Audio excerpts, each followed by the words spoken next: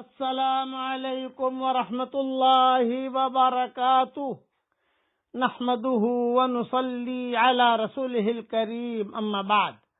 آج کا سبق سن لیجئے۔ آج کے سبق کی سرخی ہے اپنی اولاد کے ساتھ اچھا سلوک کیجئے، پارٹ نمبر 22۔ بہت اہم مضمون عرض کرتا ہوں۔ اپنی اولاد کو صلحاء کا لباس پہنائیے۔ بچوں کے لڑکے لڑکیوں کے سلسلے میں ایک اہم سبق یہ ہے کہ انہیں بچپن ہی سے صالحین اور نیک لوگوں کا لباس پہننے کا عادی بنایا جائے۔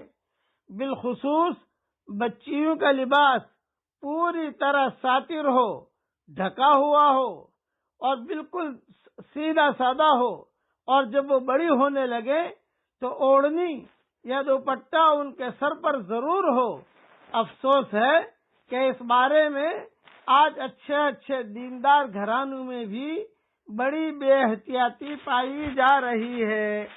آج کل بچوں کے سلائے ریڈی میڈ کپڑے بازار میں خوب مل رہے ہیں۔ ریڈی میڈ فوراً جائیں گے کہ ہمیں جانا ہے ریڈی میڈ کپڑے خریدنے کے لیے۔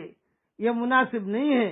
ریڈی میڈ کپڑے اگر جو پردے والے ہیں تو ہر اس کی بات نہیں ہے، لیکن آج کل ریڈی میڈ کپڑے بازار میں دستیاب ہوتے ہیں تو کسی تکلف کے بغیر وہی کپڑے بچوں اور بچیوں کو پہنا دیے جاتے ہیں۔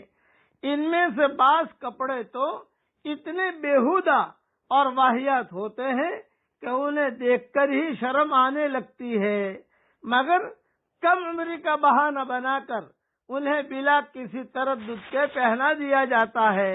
حالانکہ اس بے احتیاطی کا بدترین نتیجہ یہ سامنے آتا ہے کہ بڑے ہو کر بچہ اس غیر شرعی لباس کو اچھا سمجھنے لگتا ہے، اور بچیاں بڑی ہونے کے بعد بھی بے غیرتی والا لباس پہننے میں قطعاً شرم نہیں کرتی۔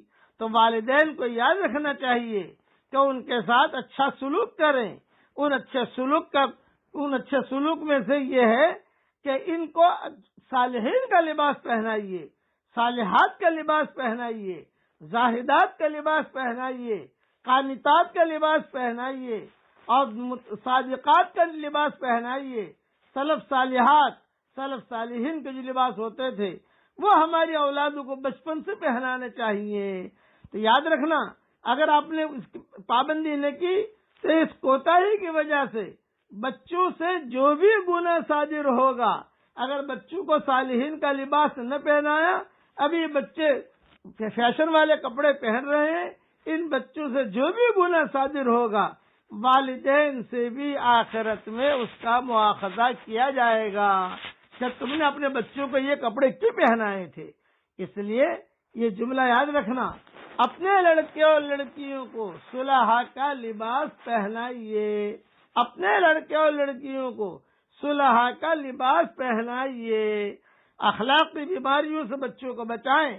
خواہ موبائل خرید کر نہ دیں، اس سے بھی بچیاں بگڑتی ہیں۔ کوئی ضروری نہیں ہے، بہت اہم کام ہے، اپنے سامنے بٹھا کر موبائل سے کام کروا لیا اور پھر جو ہے موبائل اپنے پاس لے لیا۔ آج کل سب سے بڑا فتنہ اولادوں کے لیے یہ موبائل ہے، اس سے ان کو بچائیے۔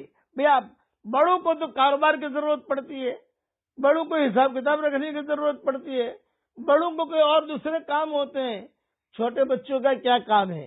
ہاں، ان کو اگر پڑھانے کا کام ہو تو تھوڑا آپ بھی قریب بیٹھیے ان کے، کہ کوئی اور چیز تو نہیں وجود میں آ رہی۔ اس سے بہت احتیاط کیجیے۔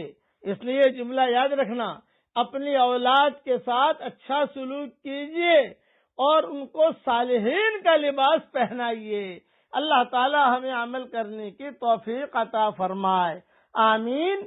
وآخر دعوانا ان الحمد للہ رب العالمین۔